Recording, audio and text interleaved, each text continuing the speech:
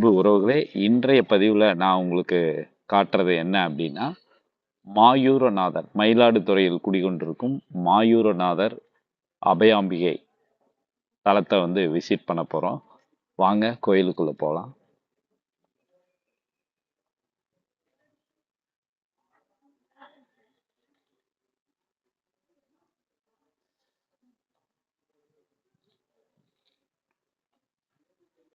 கோயில் உள் பிரகாரத்துலேருந்து நான் இந்த கோபுரத்தை வந்து பதிவு பண்ணுறேன்.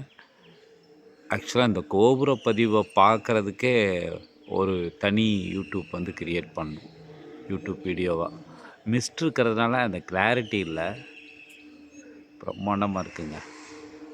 அதில் குறிப்பாக சொல்லணும் அப்படின்னா அந்த கோயிலோட கதவு, அதில் செய்யப்பட்டிருக்க வேலைப்பாடுகள், ஒரு நல்ல திடகாத்திரமான ஆளால் கூட இந்த கதவை தள்ள முடியாது, அவ்வளவு ஸ்ட்ராங்காக இருக்குது இந்த கதவு வந்து. அதேமாதிரி எந்த கோயிலுக்குள்ளே போனாலும் அதில் நீங்கள் கவனிக்க வேண்டியது அந்த வேலைப்பாடுகள், சிற்பங்கள்.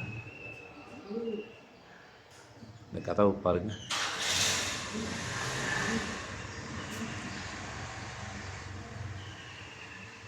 மேலே ஒரு கல் ஸ்டோன் வந்து சிங்கிள் ஸ்டோனாக நிற்குது.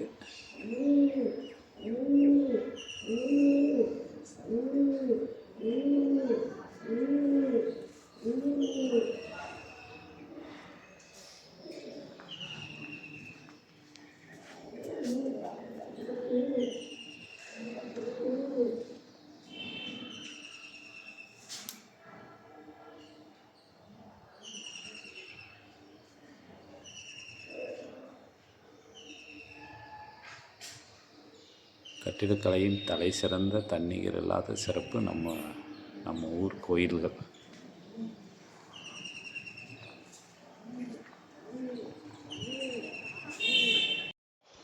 கோயிலுக்குள்ளே வந்துட்டோம். 2ஆம் நிலை கோபுரம். கோயிலோட இடப்பக்கம் வந்து பார்த்திங்கன்னா குளம் இருக்குது, ஒரு தெப்ப குளம் இருக்குது.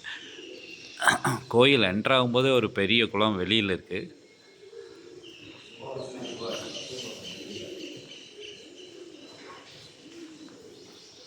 ரெண்டு சைட்லையும் பிள்ளையார் சிலை அழகு.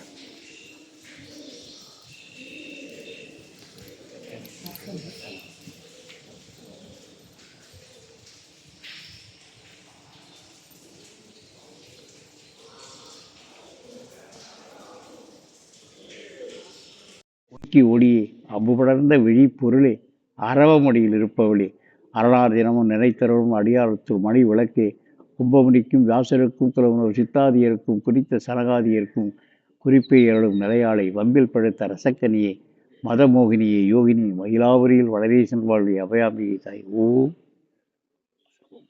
ஐயா, இந்த ஸ்தலத்தை பற்றி சொல்லுங்க ஐயா. மாயூரநாதன் ஏன் பெயர் வந்தது? இந்த தலம் எப்படி உருவாச்சு? இது அதுக்கு தல வரலாறு இருக்குங்க. சரிங்க, என்ன நீங்க வாய் வழியா சொன்னா கொஞ்சம் நல்லா இருக்கு. அதாவது அபயாம்பா வந்து அலட்சியம் பண்ணிவிட்டா சுவாமியை.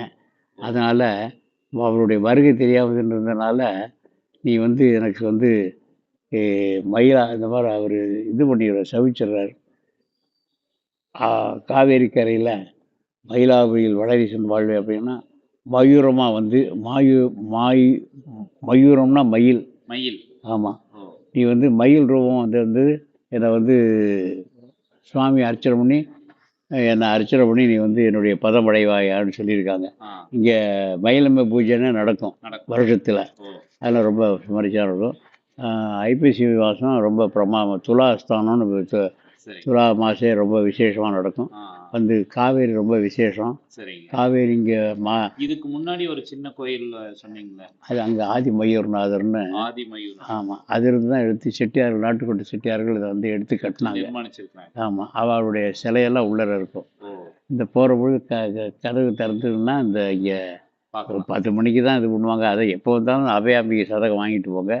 அதை படித்தா உங்களுக்கு வந்து எல்லா சிரமதாபங்களும் குறையும். 50 ரூபா தான். உங்கள் பேர்? என் பேர் ஆர் கோபாலகிருஷ்ணன். இங்கேயே இருக்கீங்க? இங்கே தான் பிறந்து வளர்ந்ததெல்லாம் பந்தநல்லூர். ஆமாம், குந்தாரம் பக்கம் பந்தநல்லூர். நான் இங்கே ஒரு 40-50 வருஷமாக இருக்கேன். அதனால் வேறு ஒன்றும் இல்லை. நல்லதுங்க ஐயா. தேங்க்ஸ்.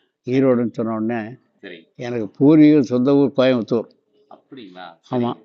அங்கேருந்து வந்து ரொம்ப காலமாச்சு இங்கே வந்து அவங்கெல்லாம் பரம்பரையில் வந்துட்டாங்க. சரிங்க.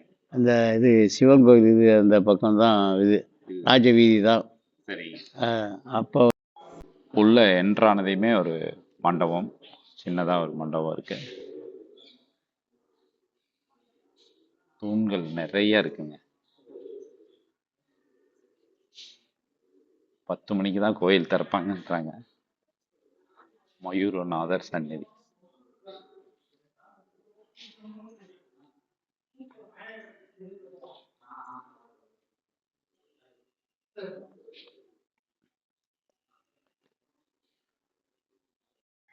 கட்டிடக்கலையின் சிறப்புங்க. ஒரு தூண் கூட ஒரு ஒரு ஒரு இம்மி அளவு பிசகாமல் எவ்வளோ நேர்த்தியாக அழகாக உள்ளே போய் இறைவனை தரிசிச்சுட்டு அந்த பூசாரியை வந்து கேட்டேன். நான் வந்து இந்த கோயில் எவ்வளோ ஆண்டு பழமையானதுன்னு. 3வது யுகத்தில், ஏன்னா யுகத்துக்கு வருடம் சொல்ல முடியாது அப்படின்னு சொல்லிட்டாரு. எனக்கு சொல்ல முடியும், பட் அவரால் சொல்ல முடியல. ஆஹா,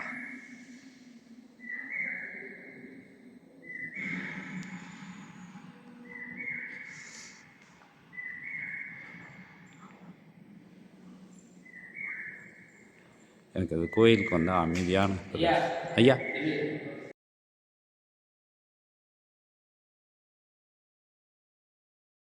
உள் பிரகாரங்களில் நான் அந்த சிலை அம்சத்தை எல்லாம் உங்களுக்கு காட்டணும்னு ஆசைப்பட்டேன். ஆனால் அங்கே ஒருத்தர் வந்து உடனே ஃபோட்டோலாம் எடுக்கக்கூடாது, புகைப்படம் எடுக்கக்கூடாதுன்னு செல்லமாக கோவிச்சுக்கிட்டார். அதனால் அதை காட்ட முடியல.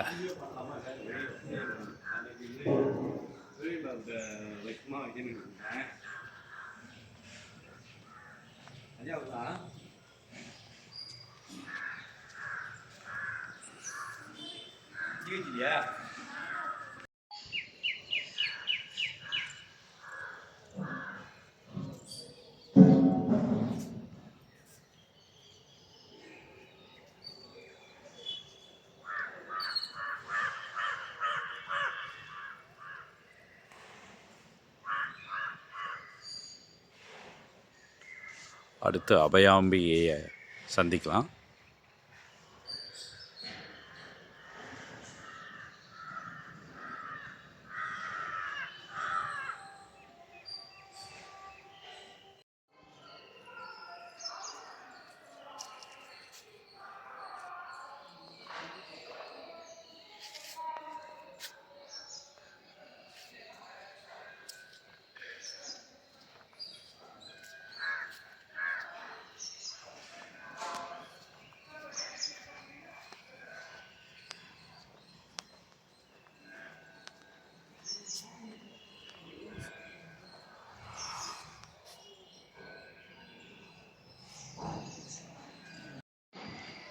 மாயவரம் இந்த கோயில் வந்துங்க கொள்ளை அழகுங்க.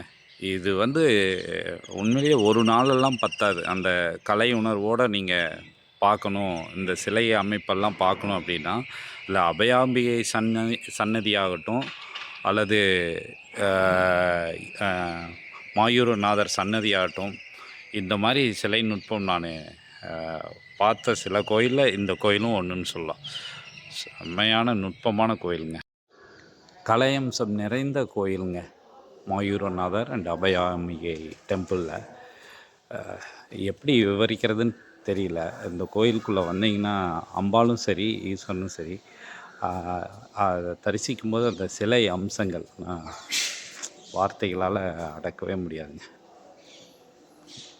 மாயவரம் வந்தீங்கன்னா இந்த கோயிலுக்கு மட்டுமே ஒரு நாளை ஒதுக்கி ஆசை தீர எல்லாத்தையும் பார்த்துட்டு வாங்க. சிறப்பு இந்த கோயிலோட சிறப்பு. இந்த கோயிலில் இருக்கிற சிலைகள், சிலை அம்சம் அவ்வளோ அருமையாக இருக்குங்க. நேர்த்தியாக, மன அமைதியாக, ரொம்ப அற்புதமாக இருக்குது.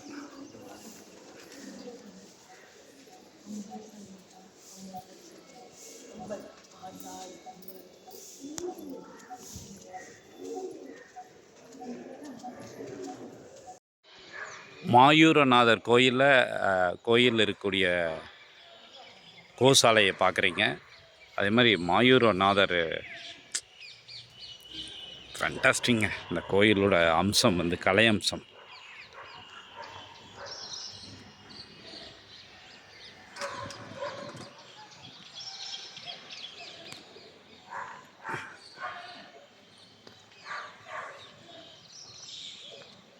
கோயில் யானை ஒன்று இருக்குங்க.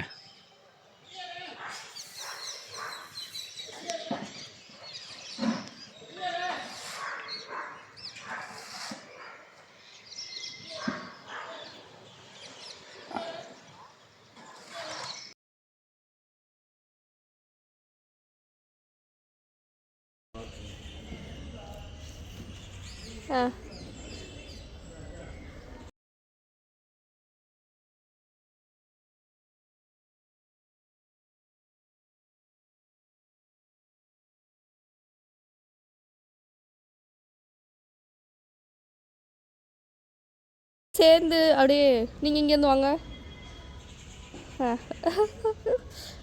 வாங்க. சூப்பரு.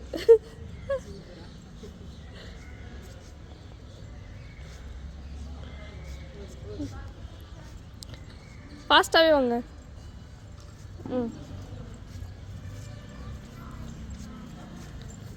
ஓகே, அப்படியே போங்க அங்கிள்.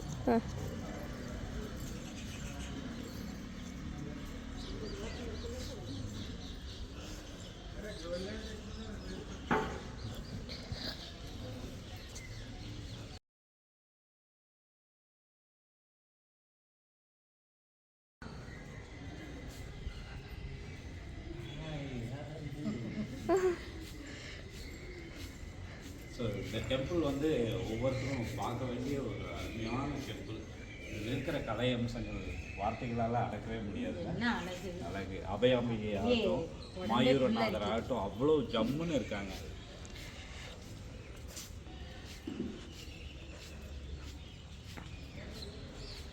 இந்த கோபுரத்தை பார்க்குறக்கே ஒரு நாள் வேணும் கண்டிப்பாக.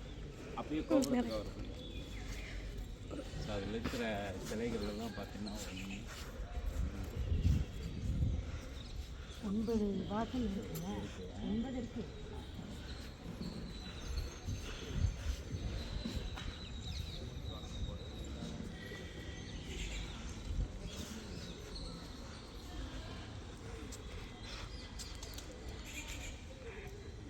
சூப்பர்.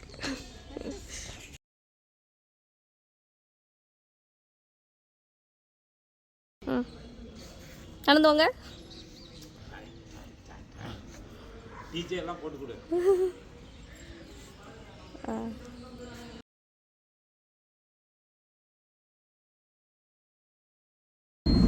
ஸ்டார்டிங் தான் இது. எவ்வளோ பெருசா இருக்கு.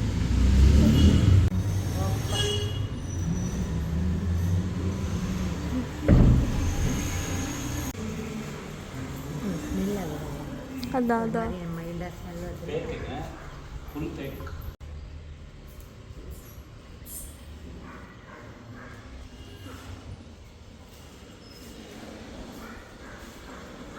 பிரம்மாண்டா முடிய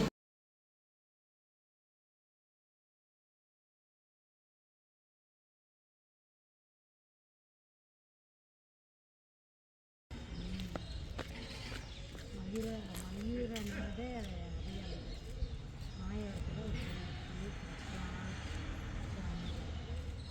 கொடைக்கானல் இல்லைம்மா, காரைக்கால் பக்கத்தில் அது மாயவரம்னு ஒரு ஏரியா. அக்கா இது அவங்க அம்மா வீடு தான் கொடைக்கானல்.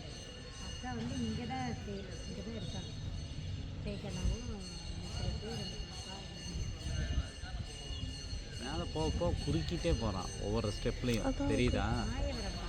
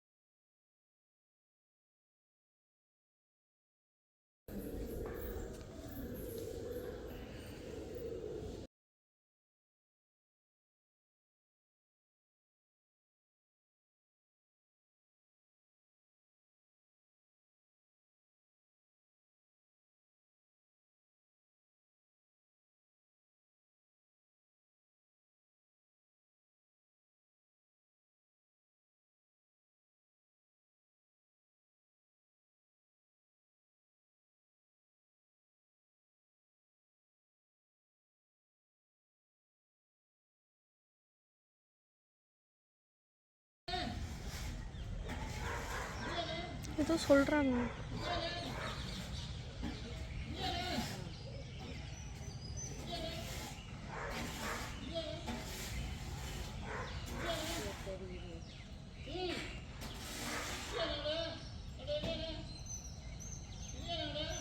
இது அதான்